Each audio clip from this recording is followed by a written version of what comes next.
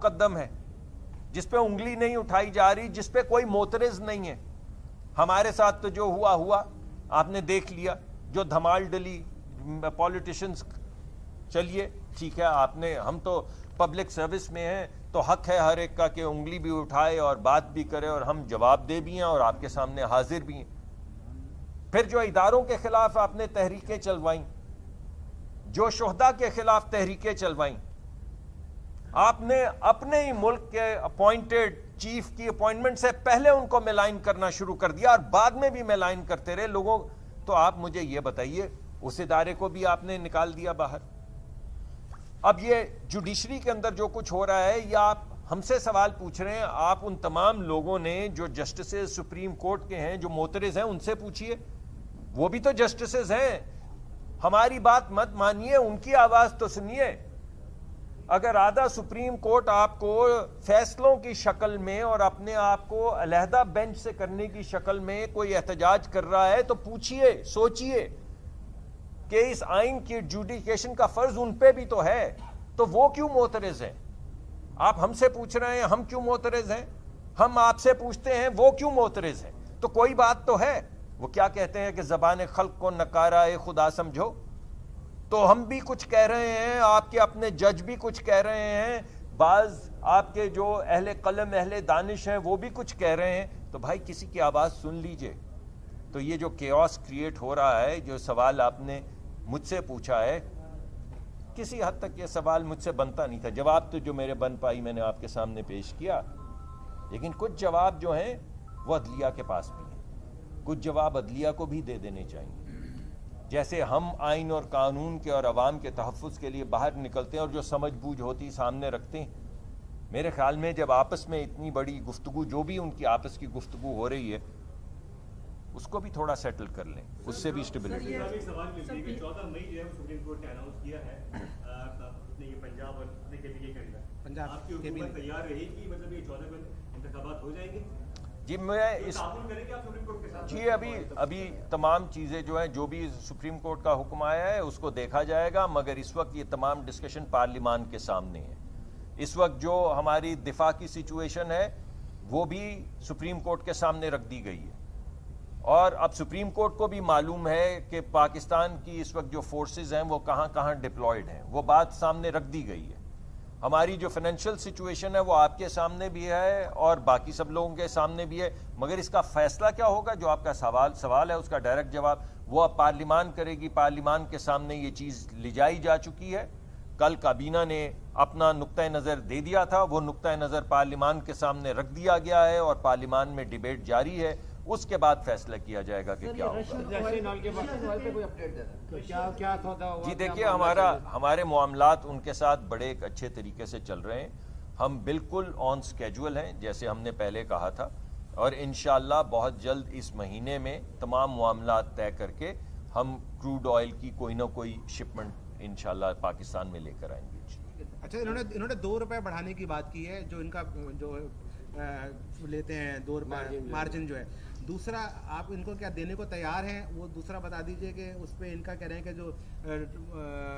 جو آپ نے آئی ایم ایف سے جو پروگرام کر رہے ہیں اس پہ یہ کہہ رہے ہیں کہ ہمیں گورنمنٹ بعد میں پیسے نہیں دیتی, آپ چلے جائیں گے, اگلی گورنمنٹ آ جائے گی, آپ ہی بحال رہتے ہیں, تو کیش فلو کا مسئلہ ہوتا ہے. یہ تو تیار نہیں, آپ نے سامنے تو اچھی بات کر دی, لیکن پیچھے سے یہ کہتے ہیں کہ ہم تیار نہیں ہیں آپ کی باتوں پہ, آپ ہمیں پریشر نہیں دے سکتے. نہیں, ہم کیوں پریشر دیں گے, یہ تو ہمارے رہنما ہیں, ہمارے دوست ہیں, ہمارے بھائی ہیں, جو یہ کہیں گے ان کے ساتھ باہمی مشاورت سے طے کریں گے. اگر ڈیلرز نہیں مانیں گے تو آپ لوگ نہیں کریں گے ایسے؟ ڈیلرز ہمارے ساتھ مانیں گے. ہم نے آپس میں یہ فیصلہ کیا ہے کہ ہم باہمی مشاورت سے جو بھی پروگرام ہوگا آگے بڑھنے کا وہ باہمی مشاورت سے ہوگا. بتا دیں کہ انہوں نے کیا آپ کو تجویز دی ہے, ذرا قوم کو. جی انہوں نے کئی آپ یہ موٹر سائیکل کے حوالے سے بات موٹر سائیکل اور گاڑی والا, انہوں نے کئی تجاویز ہمیں دی ہیں اور بڑی اچھی تجاویز ہیں. اس میں بسپ والی تجویز ہے جو ہمارے سامنے پہلے بھی زیر غور ہے ہمارے پاس, اور کارڈز والی تجویز ہے وہ بھی پہلے سے زیر غور ہے, اور جو ہم نے طریقہ O T P 1 time password والا کہا تھا اس کی بھی تفاصیل آج ہم نے پیش کی ہیں سامنے.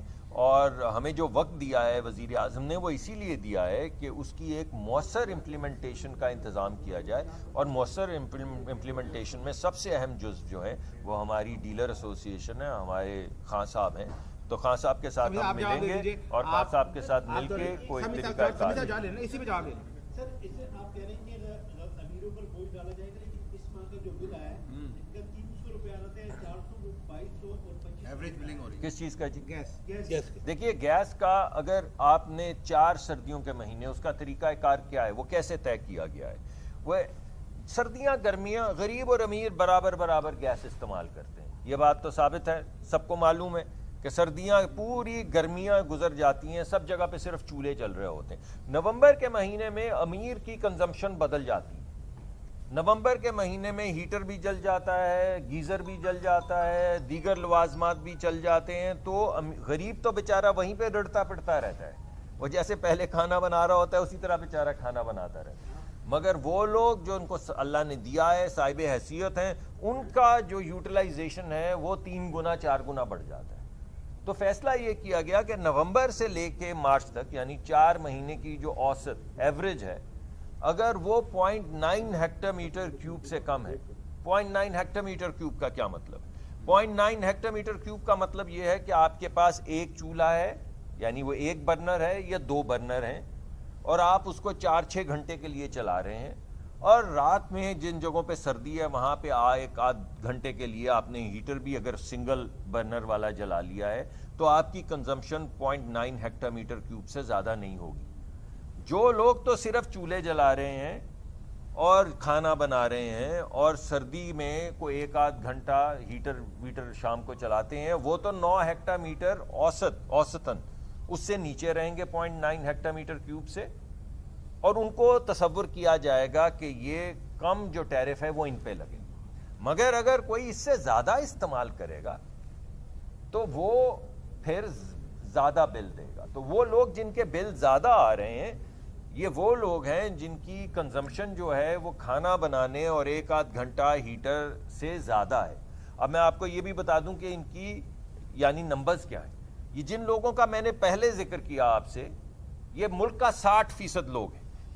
इस मुल्क के 60% लोग, अगर आप एग्जैक्ट पूछना चाहते हैं तो 59.5% लोग, इस मुल्क के 60% लोग जो हैं सिर्फ चूल्हा जलाते हैं और एक आध घंटा हीटर चलाते हैं, और इन्हीं को तसव्वुर किया जा रहा है कि इनका हक है कि इनको सस्ती गैस दी जाए। जो लोग इससे ज्यादा कर रहे हैं, ये नहीं कि वो बहुत रईस हैं, ये ऐसा कोई नहीं कह रहा है, लेकिन अगर इससे ज्यादा आप कंज्यूम करें 60% को अगर आपने बचाना है, फिर वरना हमारे पास दूसरा तरीका क्या कि किसी को मत बचाओ, सबको ट्रक के नीचे दे दो यकसा। टैरिफ क्या है वो बता दें जी, वो टैरिफ मैंने आपको बता दिया कि 0.9 हेक्टोमीटर क्यूब तक मेरे पास टैरिफ की वो रेट तो हमारे पास नहीं है। जो 0.9 हेक्टोमीटर क्यूब तक गैस इस्तेमाल कर रहे हैं, यानी चूल्हा जला रहे हैं, एक चूल्हा या 2 चूल्हे जला रहे हैं, 4 से 6 घंटे के लिए जला रहे हैं, एक आध घंटे के लिए हीटर जला रहे हैं, जो उनका पहले बिल आता था उतना ही बिल आएगा या उससे कम हो जाएगा। दोबारा कहता हूं, उतना ही बिल आएगा या उससे कम हो जाएगा। लेकिन जो साहिब हैसियत हैं, जिस तरह अल्लाह उनको और नवाजे, क्लिफ्टन में रह रहे हैं या डिफेंस में रह रहे हैं या किसी और KDA में रह रहे हैं, अल्लाह उनको और भी दे, और उनके पास सहूलियात भी हैं जो अल्लाह की दी हुई हैं, उनकी मेहनत से उन्हें मिली, अल्लाह दोबारा कहता हूं उनको और दे। लेकिन जो वो लोग हैं उनके लिए टैरिफ बढ़ा दिया गया है, उनके लिए पुराना टैरिफ नहीं है, तो उनके बिल ज्यादा आएंगे। मेरी बेगम ने मुझे भेजा बिल कि ये मैं बताता हूँ, अगर मेरी बेगम एतराज कर रही है तो आपको पता है कि कितने % बढ़ गया। उन्होंने मुझे कहा कि ये क्या है, तो मैंने उनको जवाब दिया लिव विद इट, कि अगर अल्लाह ने कोई सहूलत दी है हमें, तो फिर ये हम पे मुकर्रर है कि अगर गरीब आदमी को 60% मुल्क के लोगों को कोई सहूलत मिल जाए तो कोई हर्ज नहीं है। सबको तकलीफ होती है, हमें भी होती है, लेकिन ये मुल्क सिर्फ अमीर आदमी का है, इस पे गरीब का कोई हक नहीं है। ये 60% लोग जो हम कह रहे हैं, इन्हें भी गाड़ी के नीचे दे दें, इनको किसी और मुल्क भेज दें, तो किसी तरीके से तो इनको बचाना है। अभी ये जो मोटरसाइकिल, ये स्कीम वही होगी जो हम बाहमी तौर पे एग्री करेंगे, लेकिन जो बंदा 5 करोड़ की या 1.5 करोड़ की या 7 करोड़ की गाड़ी चला रहा है, अगर वो 50 रुपए पेट्रोल के ज्यादा दे देगा तो क्या क्यामत है कि अगर वही 50 रुपए गरीब के कम करके 100 रुपए।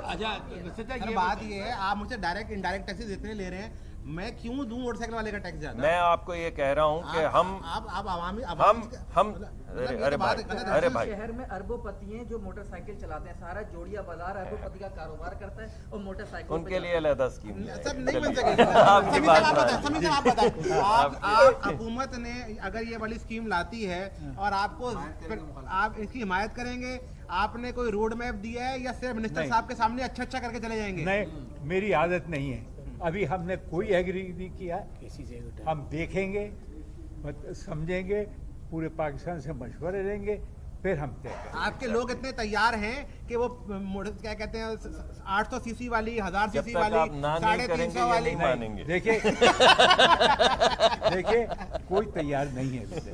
कोई तैयार नहीं थी। थैंक यू, बहुत शुक्रिया। अल्लाह, यही कहना था, यही आप बातचीत खत्म सबका करें। बहुत शुक्रिया, बहुत शुक्रिया, आपका बहुत शॉर्ट शुक्रिया। नोटिस पे आप आए। और आप एमडी पीएसओ से भी कहें कि मीडिया को जरा डील करवाने का तरीका